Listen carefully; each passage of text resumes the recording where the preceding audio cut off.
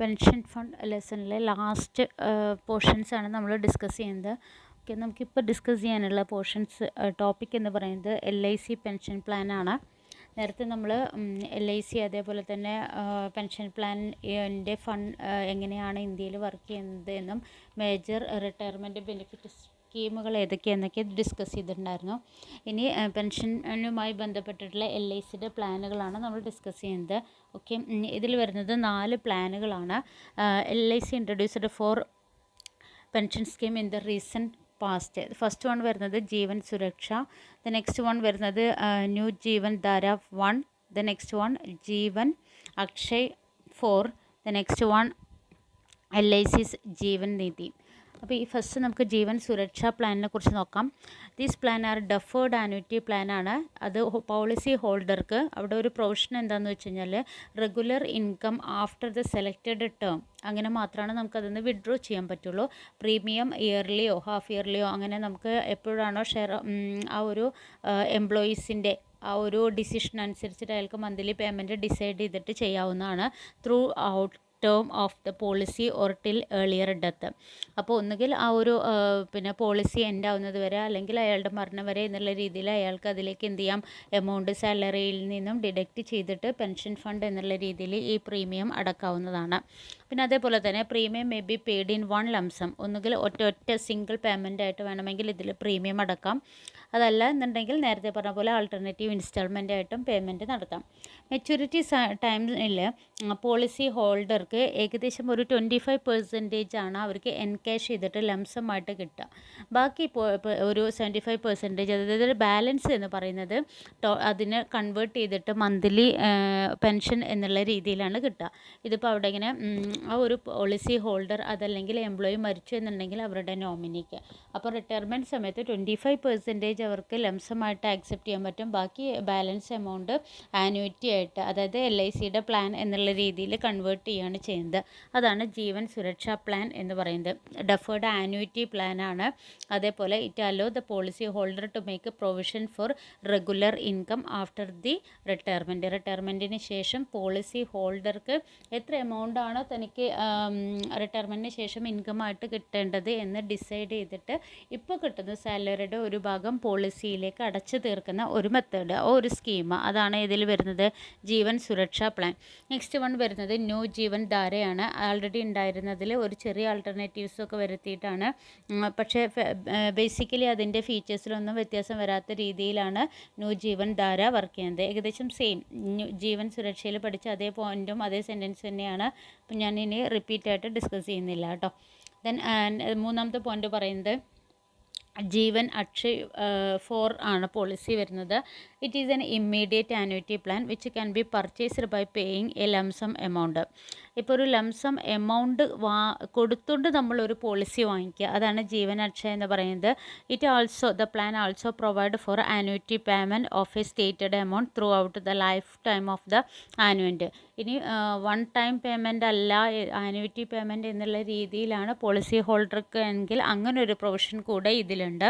പിന്നെ അതേപോലെ various options available for the type and mode of payment. ആ ഒരു half yearly, month yearly, quarterly എന്നൊക്കെ ആ രീതിയിലുള്ള ഒരു പ്രൊവിഷൻസും ഇവിടെ അവൈലബിൾ ആണ്. ഇവിടെ പ്രീമിയം എന്ന് പറയുന്നത് in this case the premium is to be paid in lump sum. സാധാരണ ടോട്ടൽ ഹോൾ അല്ലെങ്കിൽ ഒരു ബിഗ് എമൗണ്ട് കൊടുക്കുക, അതാണ് ഈ ഒരു ജീവൻ അക്ഷയ് പ്ലാനിൻ്റെ ഫീച്ചേഴ്സ് എന്ന് പറയുന്നത്. ഇവിടെ minimum purchase price 50,000 or such amount which may be secure a minimum annuity as under. ഇപ്പോൾ ഒരു 50,000 അതല്ലെങ്കിൽ അത്ര ആ ഒരു 50,000ൻ്റെ അവരുടെ പോളിസിയുടെ ഏകദേശം കണക്കാക്കുന്ന ആ ഒരു എമൗണ്ട് ആനുവിറ്റി പ്ലാൻ ആയിട്ട് അല്ലെങ്കിൽ ഇൻഷുറൻസ് പ്ലാൻ എന്നുള്ള രീതിയിൽ കൺവേർട്ട് ചെയ്തിട്ട് പോളിസിയായിട്ട് കൺവേർട്ട് ചെയ്തിട്ടാണ് ഈ പെൻഷൻ ഫണ്ട് യൂസ് ചെയ്യുന്നത്. നെക്സ്റ്റ് വൺ വരുന്നത് LIC ജീവൻ നിധിയാണ്. Profit deferred annuity pension plan ആണിത്. On survival of the policy holder beyond the term of the policy the accumulated amount is used to generate a pension for the policy holder. അപ്പോൾ ആ particular ടൈമിന് ശേഷം റിട്ടയർമെൻറ്റിന് ശേഷവും policy holder ഉണ്ട് എന്നുണ്ടെങ്കിൽ അയാൾക്ക് എല്ലാം ഒരു മന്ത്ലി എമൗണ്ട് ഗ്യാരണ്ടി ചെയ്യുന്ന ഒരു പ്ലാനാണ്.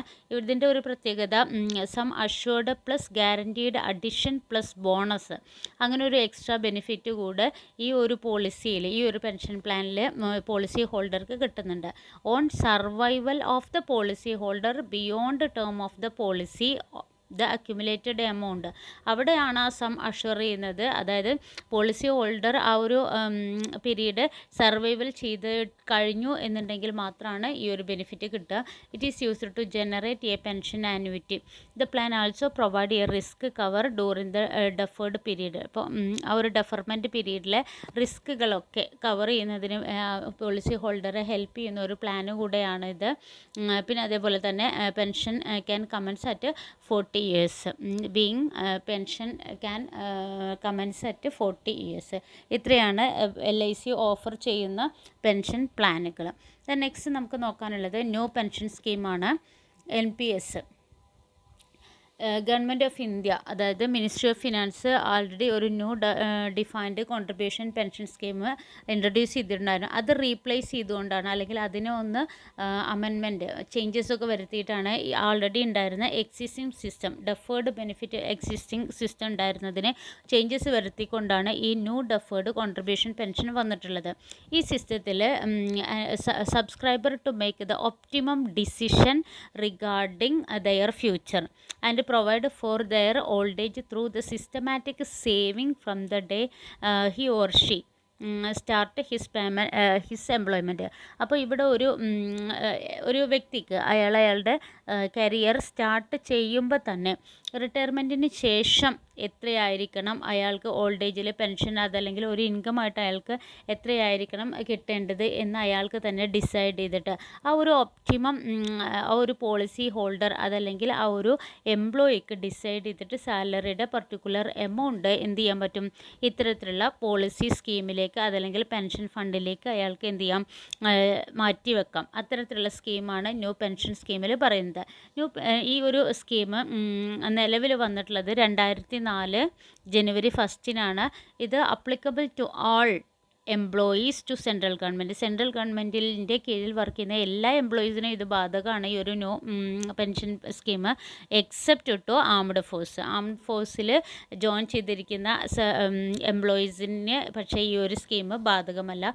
അതേപോലെ ഇത് അപ്ലിക്കബിൾ ആയത് 2004 ജനുവരി 1 അപ്പോൾ ഓൺ ഓർ ആഫ്റ്റർ, അതിന് മുമ്പോ അതിന് ശേഷമോ ജോയിൻ ചെയ്തിട്ടുള്ള ആംഡ് ഫോഴ്സിൽ ആയിട്ടുള്ള എംപ്ലോയീസിന് ഈ ഒരു സ്കീം പ്രകാരം ഈ ഒരു ന്യൂ പെൻഷൻ സ്കീം ബാധകം ആയിരിക്കില്ല. പിന്നെ ഇതിൽ പറയാനുള്ളത് the monthly contribution would be 10% of the salary and DA. ഇവിടെ പെൻഷൻ എന്ന് പറയുന്നത് അല്ലെങ്കിൽ അതിലേക്കുള്ള കോൺട്രിബ്യൂഷൻസ് എന്ന് പറയുന്നത് ബേസിക് പേ പ്ലസ് DAയുടെ 10% ആയിരിക്കും. അത് അതിനോ ഒരു ഏകദേശം മാച്ച് ചെയ്യുന്ന എമൗണ്ട് സെൻട്രൽ ഗവൺമെൻറ്റും ഈ ഒരു അക്കൗണ്ടിലേക്ക് കോൺട്രിബ്യൂട്ട് ചെയ്യുന്നതാണ്. There will be no contribution from the government in respect of individual who are not government employee. അപ്പോൾ ഇത് ഈ ഒരു ന്യൂ പെൻഷൻ സ്കീം എന്ന് പറയുന്നത് ഗവൺമെൻറ് എംപ്ലോയീസിന് മാത്രമാണ്. നോൺ ഗവൺമെൻറ് എംപ്ലോയീസിന് ഇത്തരത്തിലുള്ള ഒരു സെൻട്രൽ ഗവൺമെൻറ്റിൻ്റെ കോൺട്രിബ്യൂഷനോട് കൂടിയിട്ടുള്ള ഒരു സ്കീം ഇല്ല. The contribution and return there on would be deposited in a non withdrawable pension account. The existing provision of defined benefit pension and GPF would not be available to the new recruit in the central government. ആ ഒരു amount എന്ന് പറയുന്നത് non withdrawable pension account എന്ന് പറയുന്ന ഒരു അക്കൗണ്ടിലേക്കാണ് അത് deposit ചെയ്യുന്നത്. പിന്നെ on December 2018 the government made no pension scheme entirely tax free.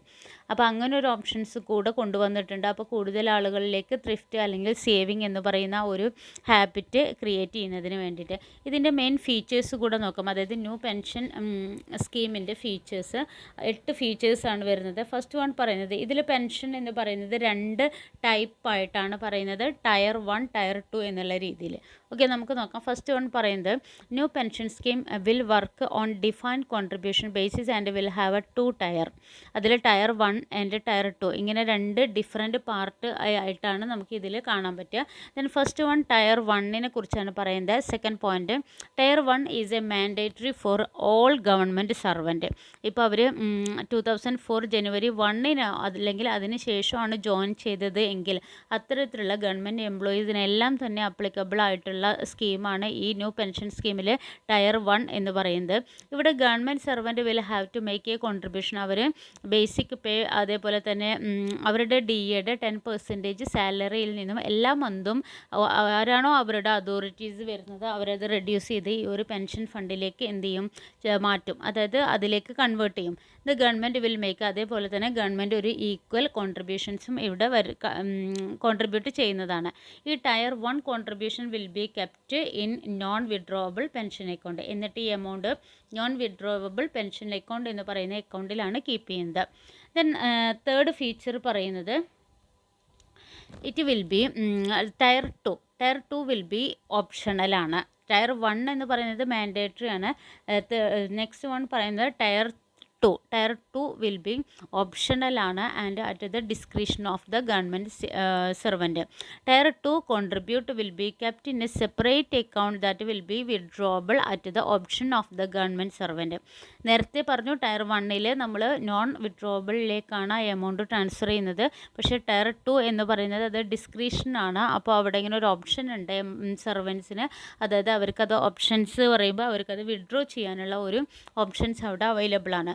The scheme of the voluntary contribution under Tier 2 will not be made operative during the period of interim arrangement and there is no recovery will be made from the salary to the employees in this account.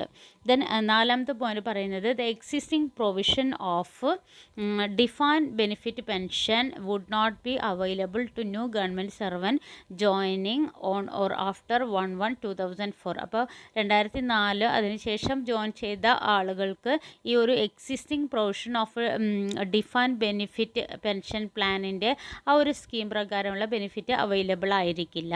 The next one വരുന്നത് independent pension fund regulatory and development and authority, PFRDA. ഇതാണ് മെയിനായിട്ട് ഈ pension മാർക്കറ്റിനെ regulate ചെയ്യുന്ന authority. Then next one പറയുന്നത് till the regular central record keeping agency and pension fund managers all appointed and the accumulated balance under each individual are transferred to them. It has been decided such amount representing the contributions made by the government servant will be kept in a public account of India. Public account of ഇന്ത്യയിലേക്കാണ് ആ amount contribute ചെയ്യുന്നത്. അവിടെ regular central record keeping agency അതിൻ്റെ full proper പ്രൊസീജിയറും ബാക്കി കാര്യങ്ങളൊക്കെ ചെയ്യുന്നതാണ്. The next ഏഴാമത്തെ പോയിന്റ് പറയുന്നത് a government servant can exit at or after the age of 60 years from tier 1 scheme. At exit it would be mandatory for him to invest 40% of pension wealth to purchase an annuity. അപ്പോൾ ഒരു tyre 1 പ്രകാരം ഒരു employee 16 years ആയി pension ആവുകയാണ് എന്നുണ്ടെങ്കിൽ അയാളുടെ കോൺട്രിബ്യൂഷൻ്റെ 40% അയാൾ എന്തിന് കോൺട്രിബ്യൂട്ട് ചെയ്യണം, അവിടെ ഇങ്ങനെ pension invest 40% of pension wealth to purchase an annuity, അതായത് ഈ ലൈഫ് ഇൻഷുറൻസ് സ്കീമിൻ്റെ IRDAയുടെ റെഗുലേറ്റ് ചെയ്ത ഏതെങ്കിലും ഒരു ലൈഫ് പോളിസി വാങ്ങിക്കുന്നതിന് വേണ്ടിയിട്ടായിരിക്കണം അയാൾ പെൻഷൻ്റെ 40% ആ ഒരു എമൗണ്ട് യൂസ് ചെയ്യേണ്ടത്. Which will provide four pension for the lifetime of the employee and his dependent parent or employee. അപ്പോൾ ഒന്നുകിൽ അവർക്ക് റിട്ടയർമെൻറ്റിന് ശേഷം അതല്ലെങ്കിൽ അവരുടെ നോമിനീസ് ആരാണോ ആഫ്റ്റർ ഡെത്ത് അങ്ങനെ എന്തെങ്കിലും സംഭവിക്കുകയാണെങ്കിൽ അവരുടെ നോമിനി ആയിട്ട് ആരാണോ വരുന്നത് അവർക്ക് ആ ബെനിഫിറ്റ് കിട്ടുന്നതിന് വേണ്ടിയിട്ടാണ്. In the case of A government service who leave the scheme before attaining the age of 16. ഇനിയിപ്പോൾ ഏതെങ്കിലും ഒരു ഗവൺമെൻറ് എംപ്ലോയി 60 വയസ്സാവുന്നതിന് മുന്നേ ലീവ് ചെയ്യുകയാണ് എന്നുണ്ടെങ്കിൽ അതിൻ്റെ ഒരു മാൻഡേറ്ററി ആനുയിറ്റേഷൻ എന്ന് പറയുന്നത് 80% ഓഫ് ദ പെൻഷൻ വെൽത്ത് ആണ്. 16 ഇയേഴ്സായി അയാളുടെ ഡ്യൂട്ടിയിൽ നിന്നും ലീവ് ചെയ്യുകയാണ് എന്നുണ്ടെങ്കിൽ അയാൾ കോൺട്രിബ്യൂട്ട് ചെയ്യേണ്ടത് 40% ആണ്. പക്ഷേ 16 ഇയേഴ്സ് ആകുന്നതിന് മുന്നേ ആ ഒരു സ്കീമിൽ നിന്നും ആ ഒരു സർവൻറ്റ് ലീവ് ചെയ്ത് പോവുകയാണെങ്കിൽ, ചിലപ്പോൾ ഡെത്തോ മറ്റോ സംഭവിച്ച് ലീവ് ചെയ്ത് പോവുകയാണെങ്കിൽ അവരുടെ കോൺട്രിബ്യൂഷൻ്റെ 80% അവർക്ക് അനോയിസേഷൻ, അതായത് LIC പോളിസി എന്നുള്ള രീതിയിൽ LICയിലേക്ക് കൺവേർട്ട് ചെയ്യേണ്ടത്. ദെൻ ലാസ്റ്റ് പോയിന്റ് പറയുന്നത് recoveries toward tier 1 contribution will start from salary of the month following the month in which the government servant has join the service. Tier 1 പ്രകാരം അവരുടെ സാലറിയുടെ 10% പെൻഷൻ ഫണ്ടിലേക്ക് നമ്മൾ deduct ചെയ്യും എന്ന് പറഞ്ഞു. അത് ആ എംപ്ലോയി എന്നാണോ ജോയിൻ ചെയ്തത്, എന്നാണോ സർവീസിൽ ജോയിൻ ചെയ്തത്, അന്ന് മുതലുള്ള അയാളുടെ സർവീസ് കാൽക്കുലേറ്റ് ചെയ്യുകയും അതോടൊപ്പം തന്നെ അന്ന് മുതലുള്ള സാലറിയുടെ 10% അവിടെ ഇങ്ങനെ എന്ത് ചെയ്യും, ഈ ഒരു ടയർ 1 പെൻഷൻ സ്കീമിലേക്ക് കൺവേർട്ട് ചെയ്യും. ഇത്രയാണ് ടയർ 1 ആൻഡ് ടയർ 2ലെ ന്യൂ പെൻഷൻ സ്കീമിൽ പറയുന്നത്. ദെൻ നെക്സ്റ്റ് നമുക്ക് നോക്കാനുള്ളത്, ഇതിൽ വളണ്ടറി പെൻഷൻ സ്കീം യൂസ് ചെയ്യുന്ന സമയത്ത് 2 ടൈപ്പ് ഓഫ് അക്കൗണ്ടുകളാണ് അവിടെ ഉപയോഗിക്കുക. ഫസ്റ്റ് വൺ വരുന്നത് നോൺ വിഡ്രോവബിൾ അക്കൗണ്ടും നെക്സ്റ്റ് വൺ വരുന്നത് വിഡ്രോവബിൾ അക്കൗണ്ടുമാണ്. നോൺ വിഡ്രോവബിൾ അക്കൗണ്ട് എന്ന് പറഞ്ഞു കഴിഞ്ഞാൽ tier 1 account is a basic new provision scheme account that is a non withdrawable till retirement or in the case of a death of the subscriber. Non withdrawable പറഞ്ഞു കഴിഞ്ഞാൽ അവർക്ക് retirement ആവുന്നത് വരെ ഈ pension scheme പ്രകാരം അവരുടെ സാലറിയിൽ നിന്നും കൺവേർട്ട് ചെയ്ത എമൗണ്ട് അവർക്ക് എന്ത് ചെയ്യാൻ പറ്റില്ല, വിഡ്രോ ചെയ്യാൻ പറ്റില്ല. ഓർ അല്ലെങ്കിൽ in the case of the death of the subscriber. In this type of account the total corpus at the retirement age is a split whereby a minimum of 40% of the final corp has to be compulsorily used to buy an annuity. അപ്പോൾ ഇങ്ങനെ അവർ retire ആവുന്ന സമയത്ത് compulsory ആയിട്ടും അവരുടെ pension സ്കീമിൻ്റെ എമൗണ്ടിൻ്റെ 40% LIC annuity purchase അല്ലെങ്കിൽ ആ പോളിസി പർച്ചേസിന് വേണ്ടി തന്നെ അവർ യൂസ് ചെയ്തിട്ടുണ്ടായിരിക്കണം. ആ ബാക്കി ബാലൻസ് ആയിട്ടുള്ള 60% ഒന്നുകിൽ അവർക്ക് ലംസമായിട്ട് വാങ്ങിക്കാം, അതല്ലെങ്കിൽ അവർക്ക് പെൻഷൻ എന്നുള്ള രീതിയിൽ മന്ത്ലി ഇൻസ്റ്റാൾമെൻ്റ് ആയിട്ട് ലഭ്യമാക്കും. ഇതാണ് നോൺ വിഡ്രോവബിൾ അക്കൗണ്ടിൽ പറയുന്നത്. അതായത് റിട്ടയർമെൻറ്റ് വരെ അവർക്ക് ആ അക്കൗണ്ടിൽ നിന്നും എമൗണ്ട് ഒന്നും വിഡ്രോ ചെയ്യാൻ കഴിയില്ല. ദ നെക്സ്റ്റ് വൺ വരുന്നത് വിഡ്രോവബിൾ അക്കൗണ്ട് ആണ്. ഇവിടെ ടയർ 2 സ്കീം പ്രകാരം it is available to only who are existing subscribers of the tier 1 account. Tier 2ൻ്റെ ഫീച്ചേഴ്സ് തന്നെയാണ്. പക്ഷേ ഈ ഒരു വിഡ്രോവബിൾ അക്കൗണ്ട് ഫെസിലിറ്റി കിട്ടണം എങ്കിൽ ടയർ 2ൻ്റെ അണ്ടറിലല്ല, അവർ ടയർ 2 കൂടെ വരുന്ന രീതിയിൽ, അതായത് ആ ഒരു പ്രൊവിഷൻസ് കൂടെ ഉൾക്കൊള്ളുന്ന രീതിയിലുള്ള എംപ്ലോയീസ് ആയിരിക്കണം. The unique selling point of the Tier 2 account is that the money contributed into this account can be freely withdrawn as and when the subscriber wishes, except for the minimum balance that need to be maintained at the end of the each financial year. അപ്പോൾ ആ financial ഇയറിൻ്റെ എൻഡിങ്ങിൽ ഒരു particular amount ആ അക്കൗണ്ടിൽ keep ചെയ്തുകൊണ്ട് ബാക്കി amount വേണമെങ്കിൽ ആ policy ഹോൾഡർക്ക് എന്ത് ചെയ്യാം, വിഡ്രോ ചെയ്യാം. അതാണ് വിഡ്രോ അക്കൗണ്ടിൽ പറയുന്നത്. നെക്സ്റ്റ് നമുക്ക് നോക്കാനുള്ളത് PRAN, പ്രാൻ. അതായത് നമ്മളിപ്പോൾ ന്യൂ പെൻഷൻ സ്കീം പ്രകാരം ഏതെങ്കിലും ഒരു ആളോ അല്ലെങ്കിൽ ഒരു എംപ്ലോയി അവരൊരു അക്കൗണ്ട് ഓപ്പൺ ചെയ്ത് കഴിഞ്ഞാൽ അവർക്കൊരു നമ്പർ കിട്ടും. ആ നമ്പറിൻ്റെ പേരാണ് പെർമനൻറ്റ് റിട്ടയർമെൻറ്റ് അക്കൗണ്ട് നമ്പർ. അതാണ് PRAN. When we subscribe a new pension scheme, you were given a unique number. ഒരു യൂണിക്, അതായത് ഓരോ വ്യക്തിക്കും ഐഡൻറ്റിഫൈ ചെയ്യുന്നതിന് വേണ്ടിയിട്ട് സെപ്പറേറ്റ് നമ്പർ ആയിരിക്കും. അത് ആ ഒരു നമ്പറിനെ പറയുന്ന പേരാണ് പ്രാൻ. അതിൻ്റെ full form permanent retirement account number. ഇപ്പോൾ ICICI ആണെങ്കിലും ശരി, UTI, SBI അവരുടെയൊക്കെ സ്കീമിൽ നമുക്ക് ഈ ഒരു പ്രാൻ നമ്പർ യൂസ് ചെയ്തതായിട്ട് കാണാം. ദ നെക്സ്റ്റ് വൺ നമുക്ക് നോക്കാനുള്ളത് pension fund regulatory and development authority ആണ്. In developed financial and capital market all financial intermediary, ഇപ്പോൾ ബാങ്കോ ഇൻഷുറൻസ് കമ്പനി അതേപോലെ പെൻഷൻ ഫണ്ട് ഇവരൊക്കെ ദേ ആർ വെൽ റെഗുലേറ്റഡ് ആണ്. India is the first country in insurance company and pension fund are well regulated.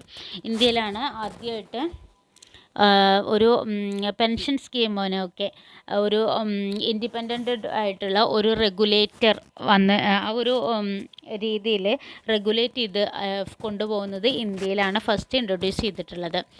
PFRDA, അതായത് Pension Fund Regulatory and Development and Authority. It was established by Government of India on 23rd August 2003. 2003 ഓഗസ്റ്റിലാണ് ഇത് നിലവിൽ വന്നിട്ടുള്ളത്. The government on 30th December has promulgated an ordinance for establishing the PFRDA. അങ്ങനെ government ഒരു ordinance പുറപ്പെടുവിച്ചിട്ടാണ് ഇത് establish ചെയ്തിട്ടുള്ളത്. ഇതൊരു statutory regulatory body ആയിട്ടാണ് വർക്ക് ചെയ്യുന്നത്. ഇതിൻ്റെ മെയിൻ ഫംഗ്ഷൻ എന്ന് പറഞ്ഞു കഴിഞ്ഞാൽ promotional, developmental and regulatory function in respect of the pension sector. Pension സെക്ടറിൻ്റെ മൊത്തത്തിലുള്ള regulation, promotional and development activities, ഇതാണ് മെയിനായിട്ട് ഈ ഒരു pension fund regulatory and development authority ചെയ്യുന്നത്. ഇത് എസ്റ്റാബ്ലിഷ് ചെയ്തത് 2003 ഓഗസ്റ്റ് 23rd. അതേപോലെ തന്നെ ഇതിൻ്റെ ഹെഡ് ക്വാർട്ടേഴ്സ് എന്ന് പറയുന്നത് ഡൽഹിയിലാണ്.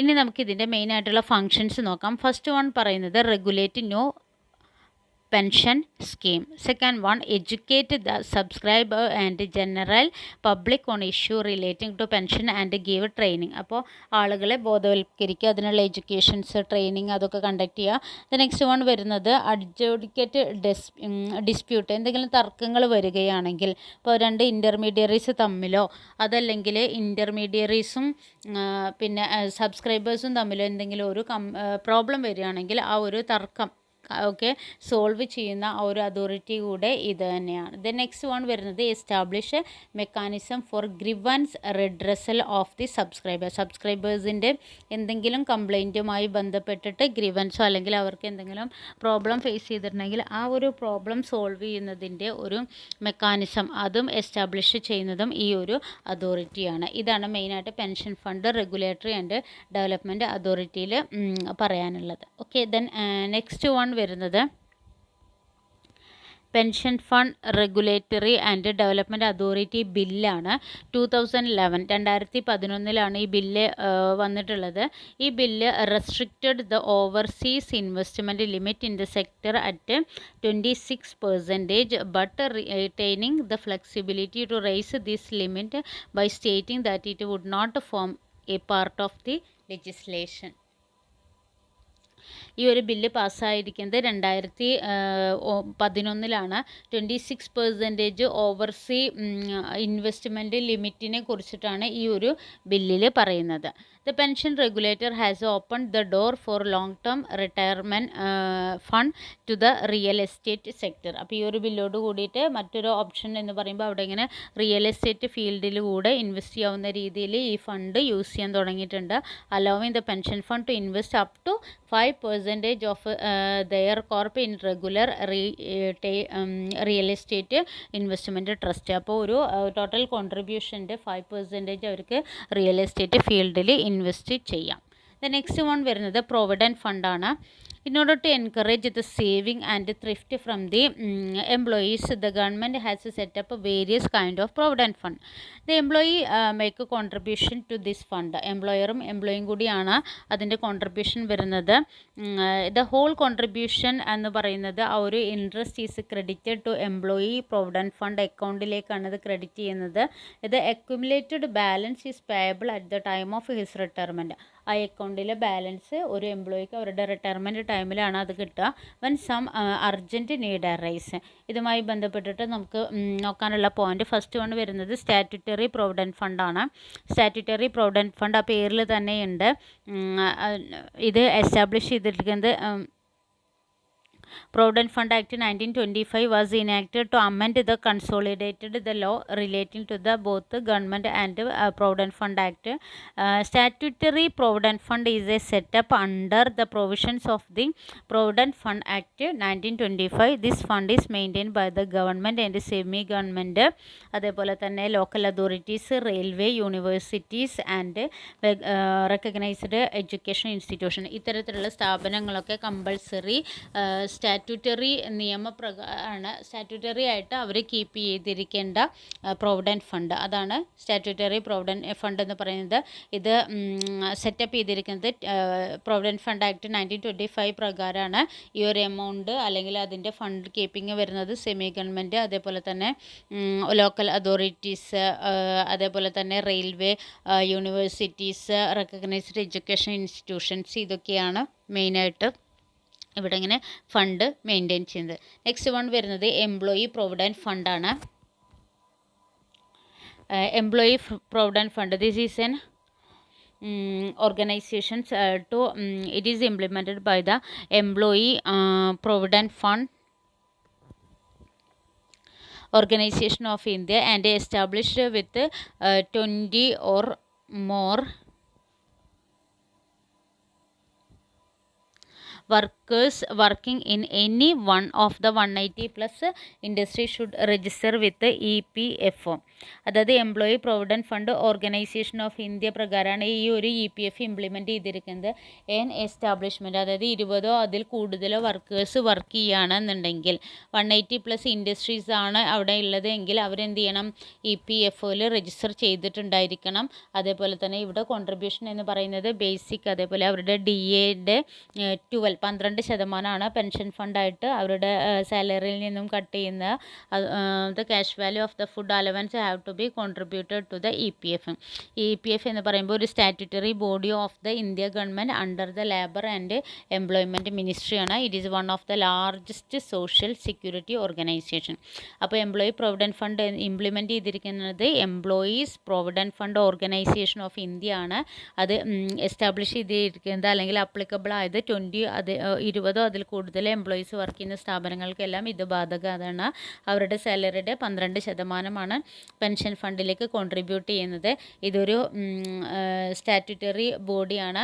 അതേപോലെ ലാർജസ്റ്റ് സോഷ്യൽ സെക്യൂരിറ്റി ഓർഗനൈസേഷനാണ് ഇത് എംപ്ലോയി പ്രൊവിഡൻറ്റ് ഫണ്ട്. ഇത് മെയിനായിട്ട് എംപ്ലോയീസിനുള്ള ഒരു പ്രൊട്ടക്ഷൻ അല്ലെങ്കിൽ ഫ്യൂച്ചറിലേക്കുള്ള ഒരു സേവിങ് എന്നുള്ള രീതിയിലുള്ള ഒരു കോൺട്രിബ്യൂഷൻസ് ഡെവലപ്പ് ചെയ്യാൻ വേണ്ടിയിട്ടാണ്. ഓക്കെ, ദെൻ നെക്സ്റ്റ് വൺ വരുന്നത് റെക്കഗ്നൈസ്ഡ് പ്രൊവിഡൻറ്റ് ഫണ്ട്.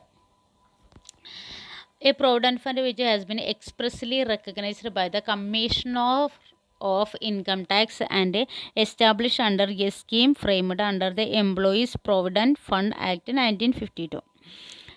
നേരത്തെ പറഞ്ഞ എംപ്ലോയീസ് പ്രൊവിഡൻറ്റ് ഫണ്ടിലെ തന്നെ പ്രൊവിഡൻറ്റ് ഫണ്ട് ആക്ടിലെ commissioner of income tax recognise ചെയ്തിട്ടുള്ള പ്രൊവിഡൻറ്റ് ഫണ്ടിനെയാണ് റെക്കഗ്നൈസ്ഡ് പ്രൊവിഡൻറ്റ് ഫണ്ട് എന്ന് പറയുന്നത്. The act cover all entities employing 20 or more employees. 20 അതിൽ കൂടുതലോ വർക്കേഴ്സ് ഉള്ള സ്ഥാപനങ്ങളിലൊക്കെ ഇത് അപ്ലിക്കബിൾ ആണ്. എംപ്ലോയി പ്രൊവിഡൻറ്റ് ഫണ്ടിൻ്റെ തന്നെ ഇൻകം ടാക്സിൻ്റെ ആ ഒരു ഇൻകം ടാക്സ് കമ്മീഷണർ റെക്കഗ്നൈസ് ചെയ്തിട്ടുള്ളത് ആ ഒരു പോർഷൻസ് അതിനെയാണ് റെക്കഗ്നൈസ്ഡ് പ്രൊവിഡൻറ്റ് ഫണ്ട് എന്ന് പറയാം. In order to avail of the benefit of the income tax act a provident fund has either to be recognised in accordance with the provision of the income tax act. അപ്പോൾ നമുക്ക് income ടാക്സിൻ്റെ എന്തെങ്കിലും ഒരു benefit കിട്ടണം എന്നുണ്ടെങ്കിൽ ആ ഒരു income tax ആക്റ്റിലെ പ്രൊവിഷൻസിന് അതിൻ്റെ Accord ചെയ്യുന്ന രീതിയിൽ അതിൻ്റെ ബേസിൽ റെക്കഗ്നൈസ് ചെയ്യുന്ന രീതിയിൽ കോൺട്രിബ്യൂട്ട് ചെയ്തിട്ടുള്ള അല്ലെങ്കിൽ ഫ്രെയിം ചെയ്തിട്ടുള്ള പ്രൊവിഡൻറ്റ് ഫണ്ട് ആയിരിക്കണം. ബെസ്റ്റ് എക്സാമ്പിളാണ് employee provident fund. Employee provident fund recognised ആണ്. അതായത് ഇൻകം ടാക്സ് കമ്മീഷണറുടെ ആ ഒരു കീഴിൽ റെക്കഗ്നൈസ് ചെയ്തിട്ടുള്ള ഫണ്ടാണ് employee provident fund. Then last one വരുന്നത് പബ്ലിക് പ്രൊവിഡൻറ്റ് ഫണ്ടാണ്. ഇവിടെ central government has set up a new provident fund scheme, namely public provident fund under the public provident fund scheme 1968 പ്രകാരമാണ് സെൻട്രൽ ഗവൺമെൻറ് ഇത് എസ്റ്റാബ്ലിഷ് ചെയ്തിട്ടുള്ളത്. ഇവിടെ ഇതിൻ്റെ ഒരു ഫീച്ചർ എന്ന് പറയുന്നത് any member of the public, അതിപ്പോൾ അവർ സാലറീഡ് എംപ്ലോയി ആയാലും ശരി, പെൻഷനെയർ ആയാലും ശരി, ഇനിയിപ്പോൾ സെൽഫ് എംപ്ലോയിഡ് പേഴ്സണോ അതല്ലെങ്കിൽ ബിസിനസ്മാനോ അതല്ലെങ്കിൽ അങ്ങനെയുള്ള ആളുകൾക്കെല്ലാം എന്ത് ചെയ്യാൻ പറ്റും, ഈ പ്രൊവിഡൻറ്റ് ഫണ്ടിൽ പാർട്ടിസിപ്പേറ്റ് ചെയ്യാൻ പറ്റും. ഒരു അക്കൗണ്ട് ഓപ്പൺ ചെയ്യുക at any branch of the state bank of India. അപ്പോൾ സ്റ്റേറ്റ് ബാങ്ക് ഓഫ് ഇന്ത്യയിൽ ആർക്ക് വേണമെങ്കിലും ഒരു പബ്ലിക് പ്രൊവിഡൻറ്റ് ഫണ്ട് എന്നുള്ള രീതിയിൽ ഒരു അക്കൗണ്ട് ഓപ്പൺ ചെയ്തിട്ട് നമ്മുടെ മന്ത്ലി സാലറിയുടെ പർട്ടിക്കുലർ എമൗണ്ട് നമുക്ക് എന്ത് ചെയ്യാൻ പറ്റും, ആ ഒരു അക്കൗണ്ടിൽ സേവ് ചെയ്തിട്ട് ആഫ്റ്റർ ദ റിട്ടയർമെൻറ്റ് നമുക്കത് യൂസ് ചെയ്യാൻ പറ്റും. അത്തരത്തിലുള്ള സ്കീമാണ് ഏത് പബ്ലിക് പ്രൊവിഡൻറ്റ് ഫണ്ട്. ഇത്രയാണ് ഈ ഒരു ലെസണിൽ ഡിസ്കസ് ചെയ്യാനുള്ളത്. അപ്പോൾ നിങ്ങൾ ക്ലാസ് കേട്ടതിന് ശേഷം വായിക്കുക. എന്തെങ്കിലുമൊക്കെ ഡൗട്ട് ഉണ്ടെങ്കിൽ വോയിസ് ആയിട്ട് മെസ്സേജ് ചെയ്യൂ കേട്ടോ. Thank you.